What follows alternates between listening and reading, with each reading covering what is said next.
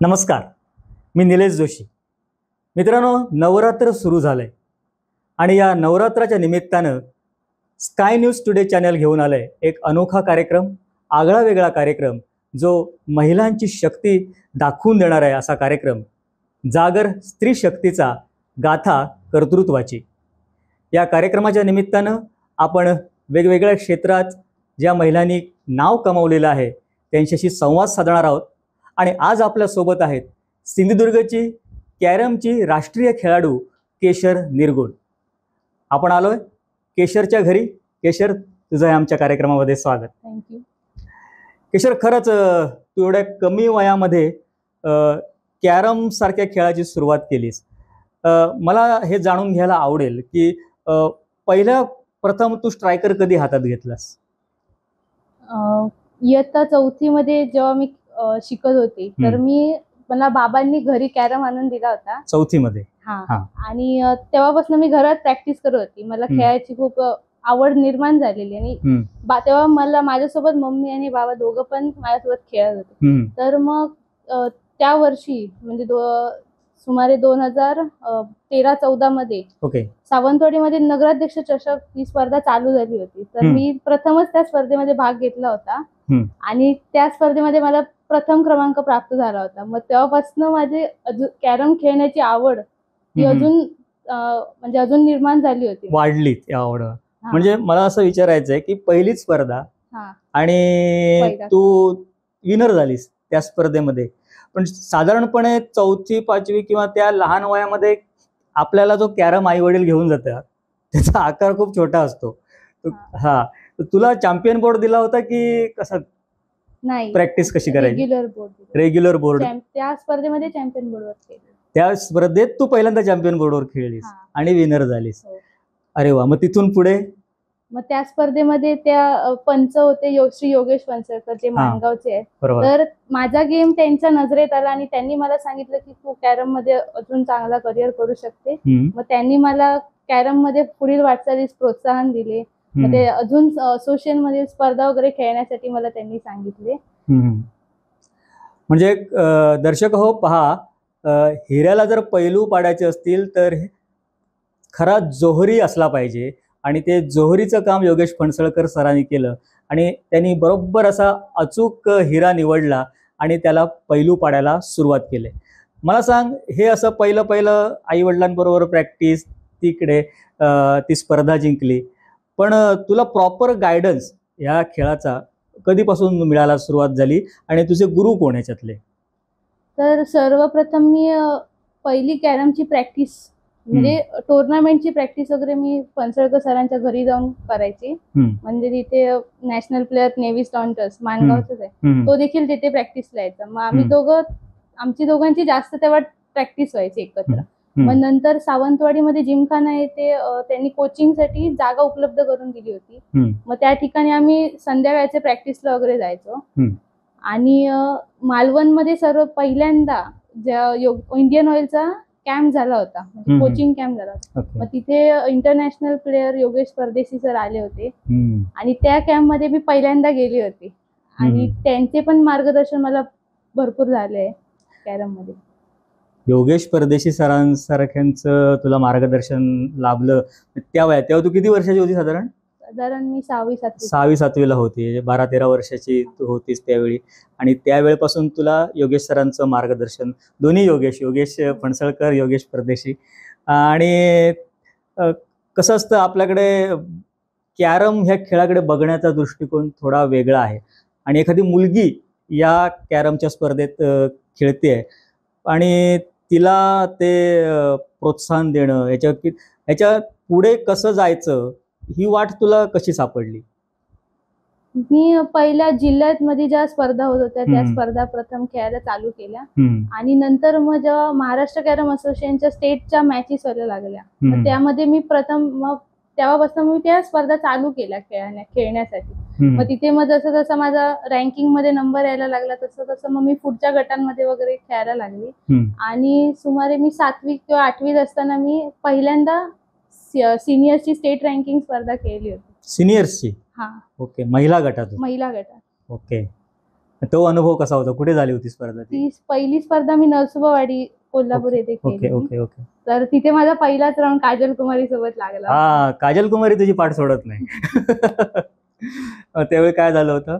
तर तेव्हा मी 2 सेट मध्ये हरले. अरे ठीक आहे, पण एक सीडेड मला- खेळाडू सोबत पण मला ती खेळणं. मॅच मला अजूनही आठवते की हा. त्यामध्ये काजल दीदीने मला खूप म्हणजे मॅच संपल्यावर तिने मला गायडन्स सुद्धा केला होता की अरे वा. तुझा गेम खूप छान आहे, तू अजून त्याच्यामध्ये हम्म. प्रगती करू शकते. मग तो दिवस माझ्यासाठी खूप मौल्यवान आहे. Great great.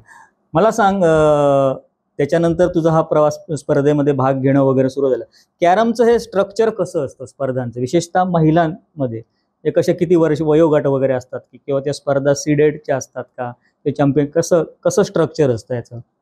तर शालेय म्हणजे ज्या DSOच्या स्पर्धा होतात तर त्यामध्ये अंडर 14, 17 आणि 19 असे 3 ग्रुप असतात. आणि ज्या असोसिएशन थ्रू आमच्या स्पर्धा होतात तर तिथे अंडर 12 पासून आम्ही अंडर 21 पर्यंतच्या मॅचेस खेळतो. मग त्याच्यात अंडर 14चा पण ग्रुप येतो आणि अंडर 18चा पण ग्रुप. आणि चॅम्पियनशिपला? चॅम्पियनशिप या ओपन असतात, म्हणजे त्यामध्ये सिनियर प्लेयर सुद्धा खेळू शकतात आणि आम्ही लहान मुलं पण जे एज ग्रुप मध्ये खेळतात ती मुलं सुद्धा, त्यांची जर इच्छा असेल कॅरम मध्ये अजून पुढे काही करण्याची तर त्यांनी त्या स्पर्धांमध्ये खेळलंच पाहिजे. त्यांनी अजून अनुभव भेटतो किंवा मोठ्या प्लेयर सोबत आपला गेम कसा होतो, मग तिथून आपल्याला भरपूर काही शिकण्यासाठी सुद्धा मिळते. बरोबर बरोबर. म्हणजे आताच हल्लीचा कुडाळमध्ये एक स्पर्धा झाली आणि राज्य मानांकन स्पर्धा झाली आणि त्यामध्ये सुद्धा महाराष्ट्र कॅरम असोसिएशनचे अध्यक्ष मला वाटतं अरुण केदार सर, त्यांनी भाषणामध्ये सांगितलं की तरुण पिढी महिलांमधली, म्हणजे अगदी एज ग्रुप कमीपासून ती पुढे येते याच्यामध्ये. तर याच्याकडे तो कसं बघतेस, म्हणजे जास्तीत जास्त आता मुली महिला याच्यामध्ये येऊ लागल्यात का आता कॅरममध्ये? हा, तर अजूनही तशाप्रमाणे मुलींचा सहभाग इथं होत नाहीये स्पर्धांमध्ये किंवा सिंधुदुर्गमध्ये पण मुलींचा तेवढा कॅरमकडे प्रतिसाद वाढत नाही. तर माझं असं म्हणणं आहे की कॅरमकडे जर करिअर म्हणून बघितलं तर तिथे खूप त्यांना म्हणजे पुढे जॉब ऑपॉर्च्युनिटीज पण असतात किंवा दुसऱ्या कंपनीमध्ये तुम्हाला प्रायव्हेट सेक्टरमध्ये सुद्धा जॉब भेटतात. तर मग मुलींनी तिथे जरा अजून मेहनत करून जर कॅरम मध्ये करिअर करायचं ठरवलं तर ते होऊ शकतं. जॉब ऑपॉर्च्युनिटीज कशा प्रकारचे असू शकतात, म्हणजे जरा डिटेल सांग. म्हणजे कशा, म्हणजे जर तुझ्यासारखी कोणतरी हा कार्यक्रम बघत असतील तर तिला समजेल. तर सर्वप्रथम म्हणजे ज्या असोसिएशनच्या आमच्या मॅचेस वगैरे असतात किंवा ज्या नॅशनल वगैरे होतात तर तिथे जे विनर मुलं वगैरे असतात तर त्यांना पहिल्या स्कॉलरशिप्स वगैरे दिल्या जातात. म्हणजे airport authority, Indian oil, ONGC या कंपन्या सर्वप्रथम स्कॉलरशिप देतात. आणि नंतर मग जर त्यांचा परफॉर्मन्स अजून वाढत झाला तर मग RBI, बँक ऑफ इंडिया, परत इंडियन ऑइल इथं मग परमनंट जॉब्स वगैरे पण असतात. नक्कीच प्रेक्षक हो बघा, म्हणजे फक्त आपले आई वडील केव्हा सांगत असतात अरे काय खेळत बसलायस, अभ्यास कर, पण खेळालाच जर तुम्ही करिअर म्हणून बघितलं तर त्या करिअरमधून तुम्ही एक चांगलं तुमचं आयुष्य पुढे जगू शकता. आणि हेच केशरने आपल्या उदाहरणातून दाखवून दिलेलं आहे. केवळ अभ्यास न करता लहानपणापासून तिने कॅरमला आपलं एक ध्येय मानले आणि त्या वाटेवरती चालते आहे. अनेक मोठ्या मोठ्या कंपन्या, जसं ती म्हणाली, कंपन्यांना असे खेळाडू हवे असतात आणि त्या कंपन्यां थ्रू तुम्ही खेळू शकता. खूप चांगली गोष्ट आहे आणि मला वाटतं केशरचा आदर्श तुम्ही घेतला पाहिजे. केशर, तुझं वय अजून खूप लहान आहे आणि मला वाटतं या कमी वयामध्ये तू बराच म्हणजे स्पर्धा खेळलेली आहेस, मोठ्या मोठ्या प्लेयर सोबत खेळलेली आहेस. तो अनुभव कसा होता, म्हणजे काय नेमकं त्याच्यामुळे किती फायदा झाला त्याचा तुला? तर जे मोठे प्लेयर किंवा जे इंटरनॅशनल प्लेयर्स वगैरे असतात तर त्यांच्याबरोबर आपल्याला आपला जो गेम असतो, खरा गेम असतो, तो दाखवायला मिळतो. आणि जरी त्यात आपण हरलो तरी त्याच्यात दुःख मानून घेण्याचं काही नाही. त्याच्यातून आपल्याला शिकण्यासारखं भरपूर काही मिळतं. ते मोठे प्लेयर स्वतःहून आपल्याला सांगतात सुद्धा की तुझ्या गेम मध्ये काही चुका झाल्या आहेत का, किंवा आपण पण त्यांना काही प्रश्न विचारले तरी ते उत्तर देतात त्या प्रश्नाची. तर मला असं वाटतं की मोठ्या प्लेयरांच्या सानिध्यात राहिलं तर आपल्या गेम मध्ये अजून इम्प्रूव्हमेंट होऊ शकते असं मला वाटतं. आता काल आपण कुडाळच्या एका स्पर्धेला जर बघितलं तर एज इज जस्ट नंबर, म्हणजे जे पहिले विनर झाले होते मांडे सर, त्यांचं 58 वय त्यांचं आहे आणि या वयात त्यांनी कॅरमची चॅम्पियनशिप ही राज्य मानांकन स्पर्धा जिंकली. पण ह्याच्यामध्ये भरपूर वाव आहे. तुमचं स्किल जे आहे ते हळूहळू वयानुसार डेव्हलप होत जातं तुमचं. हे जे स्किल कॅरमचं डेव्हलप जी आहे म्हणजे त्याच्यातले बारकावे वगैरे आहेत, कट आहेत, बाकी कनेक्टेड वगैरे ते सगळं जे प्रकार तुमचे टेक्निकल आहेत, तर त्याच्यामध्ये इम्प्रूव्हमेंट कशी करायची? त्याच्यासाठी आपण रोज जी प्रॅक्टिस करतो त्याच्यामध्ये अजून वाढ करत जाणे किंवा पहिला जर आपण स्ट्रेट पॉइंट्स मारत असू तर मग त्या रिबॉन्डची प्रॅक्टिस करणे, मग कटची प्रॅक्टिस, सेंटर पॉइंट, ब्रेकची प्रॅक्टिस करणे, थंबची प्रॅक्टिस करणे. मग हळूहळू त्याच्यात आपण जर स्ट्रेट साधी प्रॅक्टिस केली तर पहिले जे मुलं खेळतात त्यांना साधी प्रॅक्टिस ठीक आहे, पण त्यांना जर अजून पुढच्या लेवलवर गेलं तर त्याच्यात अजून ऍडव्हान्स प्रॅक्टिस वगैरे असते, तर ते देखील करणं गरजेचं आहे. नक्कीच नक्कीच. प्रॅक्टिस मेक्स मॅन परफेक्ट किंवा वुमन परफेक्ट असं म्हटलं जातं. ते काही खोटं नाही आहे. प्रॅक्टिसने सगळ्या गोष्टी साध्य होतात. आणि इकडे केशरशी बोलताना अजून एक गोष्ट मला जाणवते म्हणजे तिची नम्रता. म्हणजे एखादी खेळाडू तिने केशरने जे या वयात यश मिळवलेलं आहे ते केव्हा केव्हा हे यश डोक्यात पण जाऊ शकतं आणि त्याचा आपल्या गेमवर परिणाम पण होऊ शकतो. तर मला वाटतं तुझ्या आईवडिलांचे तुझ्यावर खूप चांगले संस्कार आहेत या निमित्ताने. आणि तू हरलीस काय जिंकलीस काय दोन्ही वेळेला सेमच तुझे जे एक्सप्रेशन असतात ते सेमच असतात. हे कसं काय जमवतेस? जमण्यासारखं काहीच नाही. ते पहिल्या स्पर्धांमध्ये हरलं का रडायला सगळ्यांना देतं की आपण पहिलीच मॅच आपली हरली. पण जसं जसं आपण हरत जातो तर तसं आपल्याला ती सवय होती की हरण्यातून पण आपल्याला शिकायला भेटतं. परफेक्ट. मग ते असं नाही वाटत की हरलं तर आपण रडलं पाहिजे, पण त्यातून मोटिवेशन घेतलं पाहिजे. मम्मी पप्पांनी पण मला भरपूर मोटिवेट केलंय त्याच्यावर, पण मी त्यांचे पण आभार. पण खरी केशर कशी आहे? रडणारी आहे की सगळं असं हे टफने सामोरं जाणारी आहे? पहिली रडणारी होती पण हे तुला कॅरमने शिकवलं? हा, हे तुला स्पर्धाने शिकवलं, कॅरमच्या स्पर्धाने शिकवलं. जसजशी तू म्हणजे कसं असतं म्हणजे जे असं जुनी म्हण आहे ना ती असं बेडकाला वाटतं की आपलं विहिरीतलं बेडकाला वाटतं की एवढंच जग आहे, पण तो जो बाहेर येतो तेव्हा खूप मोठं जग असतं. तू सिंधुदुर्गापुरताच किंवा सावंतवाडीपुरताच विचार केला असतास तर तुला वाटलं असतं एवढंच जग आहे, पण तू आता भारतभर फिरतेस, वेगवेगळ्या स्पर्धांमध्ये जातेस आणि त्या स्पर्धांमधून तुझा जो अनुभव आहे तो खूप वाढत चाललाय. मोठ्या मोठ्या प्लेयर्सशी तू बोलतेस, त्यांचा गेम बघतेस, तर याचा किती फायदा होतो ॲज अ खेळाडू म्हणून? तर आमचा जो आता तुम्ही म्हटलात की भारतामध्ये आमच्या विविध ठिकाणी स्पर्धा होतात, मग ते स्पर्धांना आम्ही जेव्हा ॲज अ टीम आम्ही एकत्र जातो तर मग ते प्लेयर्स सोबत सुद्धा बॉन्डिंग वाढतं तेवढं. मग तेवढं गेमचं डिस्कशन पण ट्रॅव्हलिंगच्या ड्युरेशन मध्ये सुद्धा आमचं गेमचं डिस्कशन वगैरे चालू असतं, तेवढीच मजा मस्ती होते. मग ते प्लेयर्स बरोबर ती कनेक्टिव्हिटी किंवा पॉझिटिव्ह जो एनर्जी असते ती एकमेकांना ट्रान्सफर होते. मग त्यामुळे असं गेमला गेलं तर असं दमल्यासारखं असं कधीच वाटत नाही की ती फुल एनर्जीनेच आम्ही त्या मॅच खेळायला जातो. तुम्ही वाट बघत असता कधी स्पर्धा लागते आणि त्या आपल्या मैत्रिणी कधी भेटतात, मित्र कधी भेटतात त्याच्यातून. ओके. काजल कुमारी बरोबर तुझे बरेच सामने झाले. आता तू तिला काजल दिदीच म्हणतेस, पण जेव्हा काजल दिदी बोर्डच्या बाहेर ठीक आहे, पण जेव्हा मॅचेस मध्ये तुम्ही येता तेव्हा काय म्हणजे दोघांच्या याचं खेळाडू म्हणून काय तुमचा माइंडसेट असतो? खेळाडू म्हणून जसं बोर्डवर आमची पोझिशन असेल तसा आमचा गेम असेल, पण मला तिचा गेम पण माहिती आणि तिला पण माझा गेम माहिती. मग आम्ही प्रत्येक मॅचला थोडा वेगळा गेम डिफरंट करण्याचा प्रयत्न करतो, असं आहे. पण जास्त वेळा ती माझ्या जिंकलेली. नाही असू दे, ठीक आहे. ती चांगलीच खेळते आणि एखाद्या चांगल्या प्लेअर कडून हरणं म्हणजे काय एकदम आपण वाईट खेळाडू असं नसतं. मला वाटतं प्रत्येक गेम मधून तू शिकत गेली असेल. म्हणजे तिने ती कशी खेळली त्याचं म्हणजे तुम्ही असं नंतर असं त्याचं सेल्फ स्टडी करता का, माझं काय चुकलं असं होतं का खेळाडू? म्हणजे प्रत्येक मॅच, जिंकलेली मॅच सुद्धा असू दे किंवा हरलेली, आम्ही प्रत्येक मॅचचा सेल्फ स्टडी किंवा जे काही चुका असतील त्या आम्ही व्हिडिओ किंवा युट्यूब चॅनलला आता महाराष्ट्र कॅरम असोसिएशनने लाईव्ह व्हिडिओ किंवा जे पॉडकास्ट करतात मग त्याच्यावर सुद्धा आम्ही दुसऱ्यांच्या मॅच बघून सुद्धा आपल्याला त्यातून काय शिकता येईल ते सुद्धा आम्ही करतो. मला सांग, खूप मोठं यश तू मिळवते आहेस, सिंधुदुर्गचं नाव रोशन करते आहेस, आपल्या आई वडिलांचं नाव रोशन करते आहेस. पुढे म्हणजे काय ध्येय काय ठेवलंयस? ह्यावेळी मला नॅशनल चॅम्पियन व्हायची संधी होती, हम्म. पण आता अजून एक वर्ष माझ्याकडे अंडर-21 आहे, तर मग मी ते पुढच्या वर्षी ते टायटल घेण्याचा भरपूर प्रयत्न करणार आहे. येस. आणि एक असं स्वप्न आहे की मला इंटरनॅशनल टुर्नामेंट खेळायचीच आहे. त्याच्यासाठी पण आता मी प्रॅक्टिस जोरदार करणार आहे. येस, बघितलात मित्रांनो, इंटरनॅशनल चॅम्पियनशिपचं स्वप्न बाळगलेलं आहे केशरने आणि त्यासाठी तिचे प्रयत्न सुद्धा चालू आहेत. नुसते स्वप्न असून उपयोग नाही, त्या स्वप्नांसाठी स्वप्नांच्या मागे धावणं, प्रयत्न करणं हे सुद्धा खूप महत्त्वाचं आहे. तू आता कॉलेजला आहेस, दुसऱ्या वर्षाला आहेस.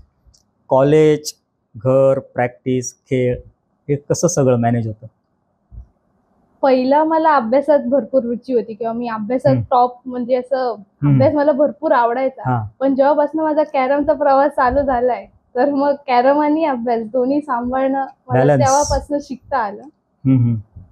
तर आता पण माझं तसंच होतं की मॅचला वगैरे गेली काय कॉलेज चुकतं, मग ते शाळेतून शिक्षक किंवा जे वर्गातले मित्रमैत्रिणी आहेत ते लोक मला सपोर्ट करतात. येस. त्यामुळे मला मॅचला जाणं असं म्हणजे प्रेशर नसतं मॅचला जाताना की आपला अभ्यास चुकतोय, आपल्या एक्झाम्स आहेत वगैरे.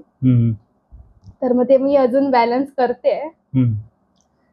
परीक्षा आणि मॅच असं कधी झालंय का? आली आहे परीक्षा आणि मॅच?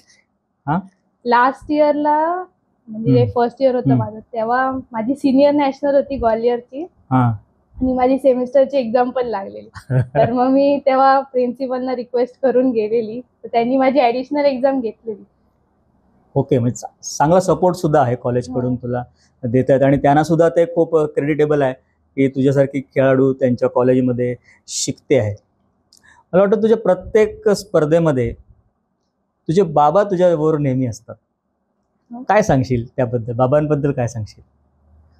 त्यांना पण म्हणजे जेव्हापासून मी चालू केला गेम, तर त्यांना पण अशी खेळामध्ये पहिल्यापासून आवड वगैरे होती. तर तेव्हा जेव्हापासून मी मॅचेस वगैरे खेळायला चालू केलं, तर ते तेव्हापासून माझ्यासोबत येतात. म्हणजे माझ्या गेम बघतात माझा, मग माझं काही चुकलं असेल तर मग ते मला घरी येऊन सुद्धा सांगतात. तर मग मला असं ते बरं वाटतं की ते माझ्यासोबत सपोर्टला आहेत त्या मॅचसाठी. जरी मी मॅच हरले तरी माहितीये मला पण असं वाईट वाटतं की त्यांच्या समोर मी मॅच हरते, पण एका बाजूला मला आनंद पण होतो की ते माझ्या बरोबर प्रत्येक ठिकाणी येतात. खरंच आहे, तो सपोर्ट किंवा ते समोर असणं हेच आपल्यासाठी खूप ताकद असते आपल्यासाठी. कारण मोठमोठ्या प्लेयरांबरोबर पण जेव्हा मॅच असतात आमच्या, तेव्हा पण भरपूर प्रेशर सिच्युएशन असते. तर मग माझं कधीतरी असं होतं की माझा गेम नाही चालला, तर मी वरती बाबांकडे बघते. मला असं वाटतं की नाही, आपण या मॅच खेळायला आलो, आपल्यासोबत आपले वडील पण आहेत. घरी म्हणजे मम्मी माझी कधी कधी मी मॅचला घेऊन जाते तिला, पण ती जास्त वेळ नाही येत माझ्यासोबत. पण मग मला असं वाटतं की मी बाबांना घेऊन जाते, मम्मी माझी घरी एकटी असते, मग आपल्याला पण त्यांच्यासाठी काहीतरी केलं पाहिजे. येस. मग मी त्यांच्याकडे बघून मग मला मॅच मध्ये परत मोटिवेशन वगैरे येतं. तशा पद्धतीने बाबा इज युअर इन्स्पिरेशन. येस. खूप छान, खूप छान. आणि मग आता घरीची कामं वगैरे सुट्टी म्हणजे जेव्हा मॅच नसते ते मम्मी मॅनेज करते वगैरे. अरे करते मी घरातली कामं. Okay okay. नाही ठीक आहे, म्हणजे तू सगळं सांभाळून, अभ्यास सांभाळून, घरची कामं करून सगळं केशर हे सगळं करते आहे, हे खूप महत्त्वाचं आहे. फक्त मी कॅरम स्पर्धाच खेळणार आणि प्रॅक्टिस करणार, घरातलं काही करणार नाही असं नाही आहे. आणि खरंच ज्या कोणी होतकरू पुढचे खेळाडू आहेत त्यांनी हे सुद्धा लक्षात ठेवणं गरजेचं आहे की सगळ्या जबाबदाऱ्या सांभाळून ती हे करते आहे. आणि कसं असतं की एक जे नैसर्गिक गुणवत्ता असते ती केशरमध्ये आहे, त्याला पैलू पाडण्याचं काम दोन्ही योगेश सरांनी केलेलं आहे आणि त्याचं तिनं सोनं केलेलं आहे. ती पुढे पुढे जाते, घरातल्यांचा सपोर्ट तिला, आईवडिलांचा सपोर्ट तिला आहे आणि एक सेल्फ स्टडी टाईप ती प्रत्येक मॅच घेते आहे. प्रत्येक मॅचमधून ती काहीतरी चांगलं शिकते आणि तिचं ते स्वप्न आहे इंटरनॅशनल चॅम्पियनशिप मिळवण्याचं, त्या दृष्टीनं ती आगेकूच करते. केशर, तुला शेवटचा प्रश्न विचारतो की आता ज्या तुझ्यासारख्या खूप मुली या ठिकाणी आहेत, काल सिंधुदुर्गच्या पण काही मुली होत्या स्पर्धेमध्ये, पण ती संख्या खूप हाताच्या बोटावर मोजण्या एवढीच होती. तर का येत नाही आहेत मुली याच्यामध्ये, किंवा मुलं का येत नाही आहेत? काय सांगशील त्यांनी येण्यासाठी काय काय झालं पाहिजे? पहिलं मुलांना जर गेम मध्ये खेळायचं तर त्यांना त्याच्यात खेळण्याची आवड पाहिजे. मग ते गेम मध्ये खेळण्यासाठी मग पुढे मॅच वगैरे असेल तर त्यांची इच्छाशक्ती स्ट्रॉंग असली पाहिजे किंवा ते मनाने असे घट्ट असले पाहिजे की आपल्या जिद्दी असले पाहिजे किंवा आपल्याला मॅच खेळायला आपण त्याच्यात करिअर करू शकतो. हे जर त्यांना म्हणजे त्यांच्यापर्यंत ते पोचत नाहीये माहिती की त्यांना कॅरम मधून सुद्धा करिअर करता येतं. तर सावंतवाडीत आता मध्ये जो मी बोलली की कॅम्प वगैरे घ्यायची म्हणजे कोचिंग ट्रेनिंग वगैरे सेंटर ओपन केलं, तर माझं असं म्हणणं आहे की सावंतवाडी किंवा सिंधुदुर्गात असे 2-3 ठिकाणी तरी कोचिंग सेंटर वगैरे चालू झाले पाहिजे. म्हणजे तेथे जे नवीन मुलं वगैरे आहेत तिथे घेऊन प्रॅक्टिस करू शकतील असं मला वाटतं. मग मुंबईत देखील सुद्धा मुलांची संख्या भरपूर आहे, कारण तिथे आता महाराष्ट्र कॅरम असोसिएशनने यंदाच यावर्षी महाराष्ट्र कॅरम असोसिएशनला 70 वर्ष पूर्ण झाले. रेल्वे दादर रेल्वे स्टेशन आहे तिथे MCA चा नवीन सेंटर चालू केलेलं. तर तिथे सुद्धा नवीन जे वयस्कर जे प्लेयर आहेत ते सुद्धा तिथे खेळायला येतात, जे नवीन खेळाडू आहेत ते सुद्धा तिथे प्लेयर असतात आणि जे इंटरनॅशनल प्लेयर्स लोक जे मुंबई मधले वगैरे आहेत ते सुद्धा तिथे प्रॅक्टिस साठी जातात. तर मग असे सेंटर जर सिंधुदुर्गात किंवा म्हणजे महाराष्ट्रात अजून कुठे झाले तर ते नवीन खेळाडू जे तयार होतात त्यांच्यासाठी ते चांगलंच आहे किंवा तिथे त्यांची प्रॅक्टिस चांगली होऊ शकते असं मला वाटतं. नक्कीच केशर, तू म्हणतेस तो मुद्दा अतिशय महत्त्वाचा आहे की जर तुम्हाला एखाद्या खेळामध्ये प्रगती करायची असेल, त्या खेळामध्ये त्या जिल्ह्यातले, त्या गावातले, त्या शहरातले मुलं, जी छोटी मुलं आहेत ती जर त्या खेळाकडे आकृष्ट व्हायला पाहिजे असतील, ॲज अ करिअर म्हणून त्यांनी तो गेम स्वीकारायचा असेल तर त्यासाठी अनेक पातळ्यांवर प्रयत्न होणं खूप गरजेचं आहे. ट्रेनिंग सेंटर्ससुद्धा असणं खूप गरजेचं आहे आणि जास्तीत जास्त चांगल्या स्पर्धा त्या त्या जिल्ह्यामध्ये होणं, त्या त्या शहरांमध्ये होणं खूप गरजेचं आहे. आज केशरसारखी जी मुलगी आहे ती राष्ट्रीय खेळाडू आहे आणि ती हा कॅरमचा प्रचार आणि प्रसार करते आहे. एक नवीन आपलं एक आयडॉल म्हणून ती तरुणांसमोर आहे आणि तिच्याकडे पाहून मला वाटतं नक्कीच नवीन मुलं या कॅरम ह्या खेळाकडे आकृष्ट होतील, या खेळामध्ये येतील आणि सिंधुदुर्ग जिल्ह्यातून जास्तीत जास्त चांगले कॅरम प्लेयर तयार होतील. याच नोटवर आपण या ठिकाणी थांबूया. केशर, तू आमच्याशी बोललीस, संवाद साधलास त्याबद्दल स्काय न्यूज टुडे चॅनेलतर्फे तुझे मनपूर्वक आभार. धन्यवाद.